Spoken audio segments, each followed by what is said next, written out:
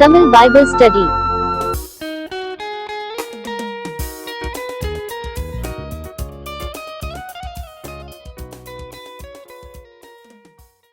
இரண்டு சாமுவேலின் புஸ்தகம் 4ஆம் அதிகாரம். அப்னேர் எப்ரோனிலே செத்துப்போனதை சவுலின் குமாரன் கேட்டபோது அவன் கைகள் திடனற்று போயிற்று.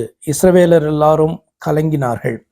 என்னென்னு சொன்னால், அப்னேர் தான் சவுலுக்கு அப்புறம் சவுலுடைய குமாரனை இஸ்போஷேத்தை ராஜாவாக ஏற்படுத்தினான். அவன் தாவீதின் பக்கம் அப்னேர் போன போது அந்த நேரத்தில் யோவாபினாலே அவன் கொல்லப்பட்டதை அறிந்திருக்கும். இது அதுக்கப்புறம் எப்ரோனில் அவன் செத்து போனதை சவுலின் குமாரன் கேட்டபோது அவனுடைய கைகள், ஏன்னா அப்னேரை நம்பிதான் அந்த ராஜ்யமே இப்போ காணப்படுது, அன்படினாலே கலங்கினார்கள். சவுலின் குமாரனுக்கு படைத்தலைவரான 2 பேர் இருந்தார்கள். ஒருவனுக்கு பேர் பானா, மற்றவனுக்கு பேர் ரேகாப். அவர்கள் பென்யமீன் புத்திரரில் பேராத்தியனாகிய ரிம்மோனின் குமாரர்கள். பேராத்தும் பென்யமீனுக்கு அடுத்ததாய் காணப்பட்டது. அதாவது பென்யமீன் தேசத்துக்கு உட்பட்டதான இதுதான் அது. பென்யமீனுக்கு அடுத்ததுன்னா பென்யமீனுக்கு பக்கத்தில் இருக்கிறதான பேரத்தில் அவர்கள் காணப்பட்டார்கள். ஆனால் அவர்களும் பென்யமீனர்கள் தான். பேராத்தியர் கித்தாயிமுக்கு ஓடி போய் இந்நாள் வரைக்கும் அங்கே சஞ்சரிக்கிறார்கள். சவுலின் குமாரன் யோனத்தானுக்கு 2 காலும் முடமான ஒரு குமாரன் இருந்தான். சவுலும் யோனத்தானும் மடிந்த செய்தி இஸ்ரேலில் இருந்து வருகிற போது அவன் 5 வயதுள்ளவனாயிருந்தான். அப்பொழுது அவனுடைய தாதி அவனை எடுத்துக்கொண்டு ஓடி போனாள். அவள் ஓடி போகிற அவசரத்தில் அவன் விழுந்து முடவனானான். அவனுக்கு மேவிபோசேத் என்று பெயர். சவுலினுடைய பேரன், அதாவது யோனத்தானுடைய மகன் இந்த மேவிபோசேத். ஆனால் ஒரு சம்பவத்தில் அவனுடைய முடமாக அவன் பார்த்தீங்கன்னா அவன் காணப்பட்டான். பேராத்தியனாகிய அந்த ரிம்மோனின் குமாரராகிய ரேகாபும் பானாவும் போய் இஸ்போசேத் மத்தியானத்திலே வெயில் நேரத்தில் படுக்கையின் மேல் சயனித்திருக்கும் பொழுது அவன் வீட்டிற்குள் பிரவேசித்து கோதுமை வாங்க வருகிறவர்கள் போல நடுவீடு மட்டும் வந்து அவனை வயிற்றிலே குத்தி போட்டார்கள். பின்பு ரேகாபும் அவன் சகோதரன் பானாவும் தப்பி ஓடி போனார்கள். அவன் தன் பள்ளி அறையிலே தன் கட்டிலின் மேல் படுத்திருக்கும் பொழுது இவர்கள் உள்ளே போய் அவனை குத்தி கொன்று போட்டு அவன் தலையை வெட்டி போட்டார்கள்.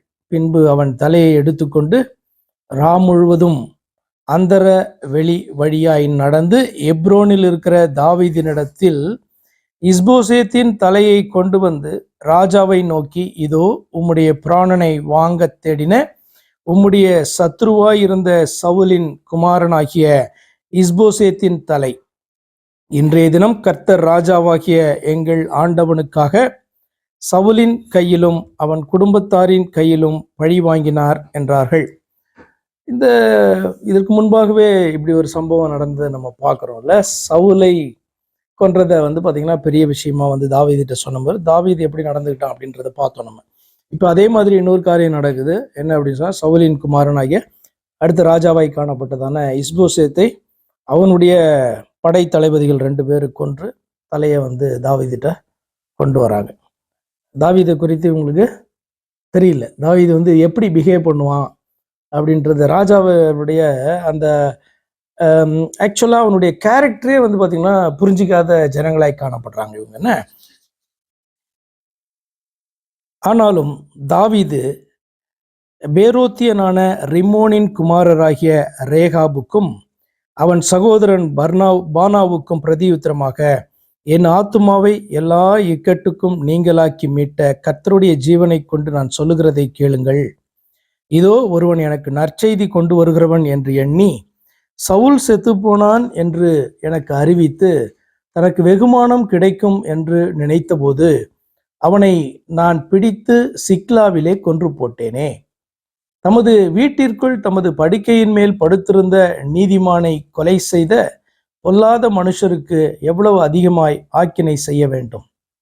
இப்பொழுதும் நான் அவருடைய இரத்த பழியை உங்கள் கையில் வாங்கி உங்களை பூமியிலிருந்து அழித்து போடாதிருப்பேனோ என்று சொல்லி அவர்களை கொன்று போடவும் அவர்கள் கைகளையும் கால்களையும் தரித்து எப்ரோனில் இருக்கிற குளத்தண்டையிலே தூக்கி போடவும் தன் சேவகருக்கு கட்டளையிட்டான். இஸ்போசேத்தின் தலையை எடுத்து எப்ரோனில் இருக்கிற அப்னேரின் கல்லறையிலே அடக்கம் பண்ணினார்கள். அப்ப இது பார்த்தீங்க அப்படின்னு சொன்னா என்ன லேர்னிங் இதில் இருக்கு? ஒரு சின்ன ஒரு சம்பவம் இதில் நடக்குது. இஸ்போசேத் சவுலினுடைய குமாரன், தாவீதனுடைய சத்ரு.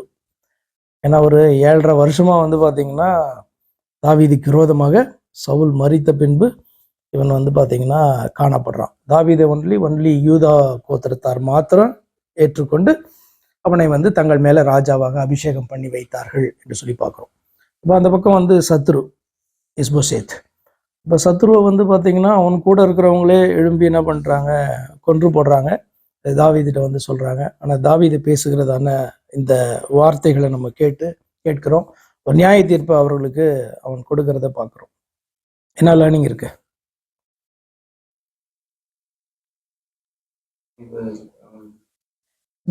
தாவீது நியாயாதிபதியா இருக்கிறது.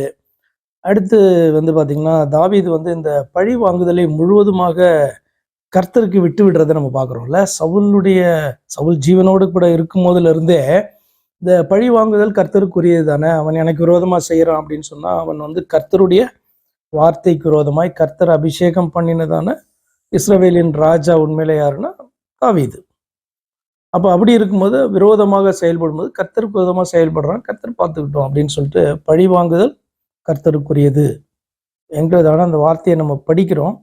ஆனால் அதை செயல்படுத்துறது நமக்கு ரொம்ப கஷ்டமாக இருக்கும். ஆனால் தாவீது தன்னுடைய வாழ்க்கையில் அதை செயல்படுத்தி அவன் காத்திருக்கிறத பார்க்குறோம். அந்த காத்திருப்பதின் நிமித்தமாக அவனுடைய வாழ்க்கையில் அவன் படுகிறதான அந்த பாடுகள் பயங்கரம். ஏன்னா சும்மா பார்த்தீங்கன்னா ஈஸியாக பழி வாங்கிட்டு போயிடலாம். யாரை சவுலை பழி வாங்கிட்டா அவன் 7.5 வருஷத்துக்கு முன்னாடியே ராஜாவாக இருக்கலாம் அட்லீஸ்ட். இல்லை சவுலை பழி வாங்கியிருந்தா அதுக்கு முன்னாடியே 7.5 கூட கிடையாது, அதுக்கு முன்னாடியே இல்லையா, அதுக்கு முன்னாடியே ராஜாவாக இருக்கலாம். ஏன்னா எப்ரோன்லேயே 7.5 வருஷம் ராஜாவாக இருக்கான். அப்போ அநேக நாட்கள் அவன் பார்த்தீங்கன்னா வனாந்திரத்தில் சுற்றிட்டு இருக்கான். சவுலை ஃபினிஷ் பண்ணியிருந்தா அவ்வளவு பாடுகள் குறைந்திருக்கும். ஆனாலும் கூட கர்த்தருடைய வார்த்தைக்கு பயந்து என்ன பண்ணுவான், தேவன் அபிஷேகம் பண்ணின மனுஷனை நான் பார்த்தீங்கன்னா கை போட மாட்டேன் என்று காத்திருந்ததுனால அநேக பாடுகளை தாவீது பட வேண்டி இருந்தது. அது நமக்கு ஒரு டீச்சிங். இப்போ கர்த்தருடைய வார்த்தைக்கு கீழ்ப்படிந்து நம்மை தாழ்த்தும் போது அநேக பாடுகள் சஃபர் பண்ண வேண்டியது இருக்கும். சஃபர்னா என்ன மாதிரி பாடுகள்னா மனதளவில் பெரிதான பாடுகள் காணப்படும் இல்லையா. அப்போ அப்படிப்பட்டதான பாடுகளை தாவீது அனுபவித்ததை பார்க்கிறோம். இப்போ அதே மாதிரி பார்த்தீங்கன்னா இஸ்போசேத்தை முடிச்சிருந்தாலும் கூட அவன் பார்த்தீங்கன்னா கொஞ்ச நாள் சீக்கிரமா ராஜாவாயிருக்கலாம் இங்கே சமஸ்த இஸ்ரவேலுக்கும். அப்படியும் பண்ணாமல் காத்திருக்கான். ஆனால் இஸ்பவேலை பார்த்தா இஸ்போசேத்தை யாரோ கொன்று போடும்போது கூட இது கர்த்தர் செய்ய வேண்டியதான காரியத்தை இவர்கள் துரோகத்தினால் செய்தார்கள் என்று சொல்லி பார்த்தீங்கன்னா இஸ்போசேத்தை நீதிமான் என்று சொல்லி அவனுக்கு விரோதமாக எழுப்பின அவனுடைய படை தலைவர்கள் 2 பேர் என்ன பண்றான், இது தாவீதினுடைய கேரக்டர் இது. ஸோ அது பார்த்தீங்கன்னா ஒரு பெரிதான ஒரு லேர்னிங். எப்படி நினைக்கிறீங்க நீங்க? சிம்பிள். கர்த்தருடைய வார்த்தைக்கு நம்ம அப்படியே அடிபணிந்து கீழ்ப்படியும் போது நம்ம கொஞ்சம் கஷ்டப்பட வேண்டியது இருக்கும். ஆனால் அந்த பலன் பார்த்தீங்கன்னா அதற்கு பின்பு கிடைக்காம போகாது. இப்போ தாவீதினுடைய லைஃப்ல இது நீங்க பாக்குறீங்க. அப்புறம் வேற என்ன இருக்கு?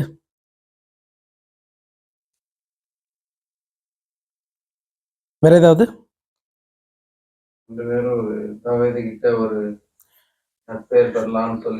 அந்த இதுல இருந்து நீங்க என்ன லேர்ன் பண்ணலாம்னா, நான் என்ன நினைக்கிறேன் அப்படின்னா, இப்ப தாவீது யாரு அப்படின்னு சொன்னா இவர்கள் மேல ராஜாவாக போகிறவன். அப்ப அவங்க சொல்ற வார்த்தையை பாருங்க. 8வது வசனம். எப்ரோனிற்கு தாவீதினிடத்தில் இஸ்போசேத்தின் தலையை கொண்டு ராஜாவை நோக்கி, இதோ உம்முடைய பிராணனை வாங்க தேடின உம்முடைய சத்ருவாயிருந்த சவுலின் குமாரனாகிய இஸ்போசேத்தின் தலை இன்றைய தினம் கர்த்தர் ராஜாவாகிய எங்கள் ஆண்டவனுக்காக, அதாவது இப்போ யாரு தாவீது இவர்களுடைய ஆண்டவனும் ராஜாவுமாய் என்ன பண்றாங்க, அக்செப்ட் பண்ணிக்கிறாங்க. ஏத்துட்டு அவங்க சொல்றாங்க, சவுலின் கையிலும் அவன் குடும்பத்தாரின் கையிலும் பழி வாங்கினார், கர்த்தர் இந்த காரியத்தை செய்தார் என்று சொல்லி அவர்கள் துணிகரமாய் செய்ததான ஒரு காரியத்தை பார்த்தீங்கன்னா கர்த்தர் மேல, கர்த்தருடைய நாமத்தை முன்னிறுத்தி அவர் மேல அந்த பழியை போடுறாங்க. ரொம்ப அழகா அந்த காரியத்தை பார்த்தீங்கன்னா அவங்க டீல் பண்றாங்க. ஆனா ஒரு காரியத்தை மறந்து போனாங்க. என்ன அப்படின்னு சொன்னா, தாவீதை புரிந்து கொள்ளலை.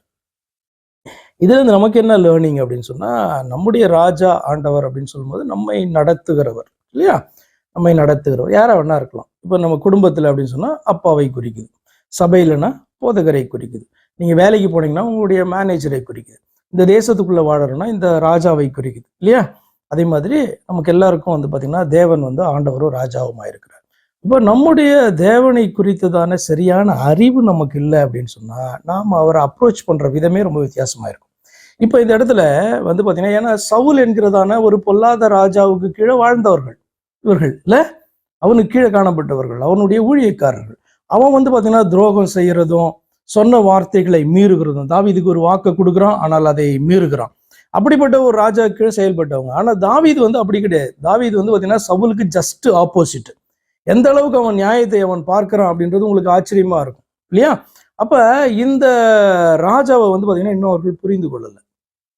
சவுலை வந்து பாத்தீங்கன்னா சவுல் கீழே இருந்தவங்க ரொம்ப கஷ்டம்தான். ஏன்னா அப்படிப்பட்ட ஒரு ராஜா கீழே இருந்தவங்க என்ன பண்ணுவாங்க, அது மாதிரிதான் இவனும் இருப்பான், ராஜானா இப்படித்தானே இருப்பாங்க அப்படின்ட்டு என்ன பண்ணிருக்கலாம், அவங்க யோசித்திருக்கலாம். ஆனால் தேவன் தெரிந்து கொண்டதான இந்த மனுஷன் வித்தியாசமானவன். தேவன் தெரிந்து கொண்டதான அந்த சவுல் வந்து பாத்தீங்கன்னா விழுந்து போனபடினால் அப்படி செயல்பட்டான் என்பதை என்ன பண்ணாங்க, அவர்கள் வகையறுத்து பார்க்க மறந்தார். புரியுத சொல்றது? அப்ப இதுல இருந்து நமக்கு என்ன டீச்சிங் இந்த 2 பேர்கிட்ட இருந்து, இந்த படைத்தலைவர்கள்ட்ட இருந்து அப்படின்னு சொன்னா, நம்முடைய ராஜாவை, நம்முடைய ஆண்டவரை நாம சரியா புரிந்து கொள்ளல, நமக்கு அந்த அறிவு இல்லை அப்படின்னு சொன்னா இந்த மாதிரிதான் நம்ம அவரை அப்ரோச் பண்ணுவோம். அவரிடத்திலிருந்து ஒரு ஃபேவர் கிடைக்கும் அப்படின்னு நினைச்சிட்டு, அவருக்காக ஒரு காரியத்தை செய்யற மாதிரி நினைச்சிட்டு நம்ம ஏதாவது ஒரு தவறான காரியத்தை செய்துட்டு போயிட்டு அவர் சமூகத்துல நிற்போம். நடக்குமா அது? அதாவது அவருக்கு ஏதோ வந்து ஒரு பரிதானம் கொடுத்து ஒரு காரியத்தை செய்கிற மாதிரி. இப்போ அதுதானே, என்னன்னா இஸ்போசேத் தலையை கொண்டு போயிட்டு கொடுத்தா, அதாவது தாவீதுக்காக இந்த காரியத்தை அவர்கள் வந்து பாத்தீங்கன்னா செய்ததாக தாவீது நினைக்கணும் அப்படின்ட்டு அவங்க விரும்புறாங்க. அதுவும் எப்படி சொல்றாங்க, கர்த்தர் ராஜாவுக்காக இந்த காரியத்தை செய்து பழி வாங்கினார், சவுலுடைய குடும்பத்தின் மேல இப்படி ஒரு பழியை ஆண்டவர் செய்தார் அப்படின்னு சொல்லிட்டு என்ன பண்றாங்க, கர்த்தரை வேற முன்னிறுத்துறாங்க. ஆனா தாவீது வந்து பாத்தீங்கன்னா ரொம்ப ஸ்மார்ட் இந்த விஷயத்துல. அதுக்கு முக்கியமா என்ன காரணம், ஸ்மார்ட்ன்றதை காட்டிலும் அவன் தெய்வத்தை அறிந்திருந்தபடினால, தன்னுடைய தேவன் என்ன விரும்புவார், அவர் செய்த இந்த காரியத்தை எப்படி செய்வார் என்கிறதான அறிவு அவனுக்கு காணப்பட்டபடினால அவன் இதை மற்ற மனிதர்கள் டீல் பண்ற மாதிரி, மற்ற எந்த கிங்கும் டீல் பண்ற மாதிரி பண்ணவே இல்லை. ஏன்னா மற்ற ஒரு ராஜாவா இருந்தா என்ன பண்ணுவான் அப்படின்னு சொன்னா, நல்ல ஒரு வெகுமானத்தை என்ன பண்ணுவான் அவர்களுக்கு கொடுத்து, எனக்காக எவ்வளவு ஈஸியா அந்த வேலையை முடிச்சுட்டாங்க அப்படின்ட்டு என்ன பண்ணுவாங்க, வெகுமானம் கொடுத்துருப்பாங்க. சாதாரண உலக ராஜா அப்படிதான் பண்ணுவான். அதுல ஒன்றும் தவறுன்னு சொல்ல முடியாது இல்லையா? ஏன் அப்படின்னு சொன்னா, தன்னுடைய ராஜ்யத்தை காத்துக்கொள்றதுக்கு என்னென்னமோ வேலையெல்லாம் பண்ணுவாங்க, தந்திரமான காரியங்கள்லாம் பண்ணுவாங்க. அது வந்து பாத்தீங்கன்னா அது நியாயம் என்று கூட என்ன பண்ணுவாங்க சொல்லுவாங்க. அதாவது ராஜதந்திரம் அப்படின்ட்டு என்ன பண்ணுவாங்க, சிம்பிளா சொல்லிட்டு போயிடுவாங்க. ஏன்னா அவர்களுக்குன்னு ஒரு இருக்கும் இல்லையா சட்டத்திட்டம், மற்ற மனுஷன் மாதிரி கிடையாது. அவங்க ராஜான்றனா அதுக்கு வேற மாதிரியான அவங்களுக்குன்னு சட்டத்திட்டங்களை வைத்திருப்பாங்க. அதை வந்து யாருமே வந்து பாத்தீங்கன்னா கேள்வி கேட்க முடியாது. ராஜா இதை ஏன் இப்படி பண்ணான்னு கேள்வி கேட்க முடியாது.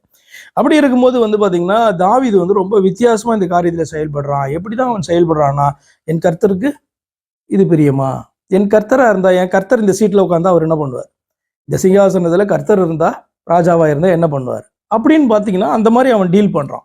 பொதுவாகவே தாவீதினுடைய இந்த காரியங்களை டீல் பண்றது எல்லாமே அப்படிதான் இருக்கும். எக்ஸப்ட் அவன் வந்து தவறினதான சில காரியங்களை அன்றி தாவீது வந்து பாத்தீங்கன்னா ஹேண்டில் பண்ணதெல்லாம் பாத்தீங்கன்னா எப்படி இருக்கும், கிரைஸ்ட் வந்து பாத்தீங்கன்னா அந்த சிங்காசனத்துல உட்கார்ந்து எப்படி டீல் பண்ணாரோ அப்படி என்ன பண்ணியிருப்பான், மோஸ்ட்லி பண்ணியிருப்பான். பாடுள்ள சாதாரண மனுஷன் தான், சில இடங்களில் அவன் விழுந்ததை நீங்க பாக்குறீங்க. ஆனா வந்து ஒரு நல்ல ஒரு எக்ஸாம்பிளா நீங்க என்ன பண்ணலாம், அவனை நீங்க பார்க்கலாம். சரி, அடுத்தது போலாமா?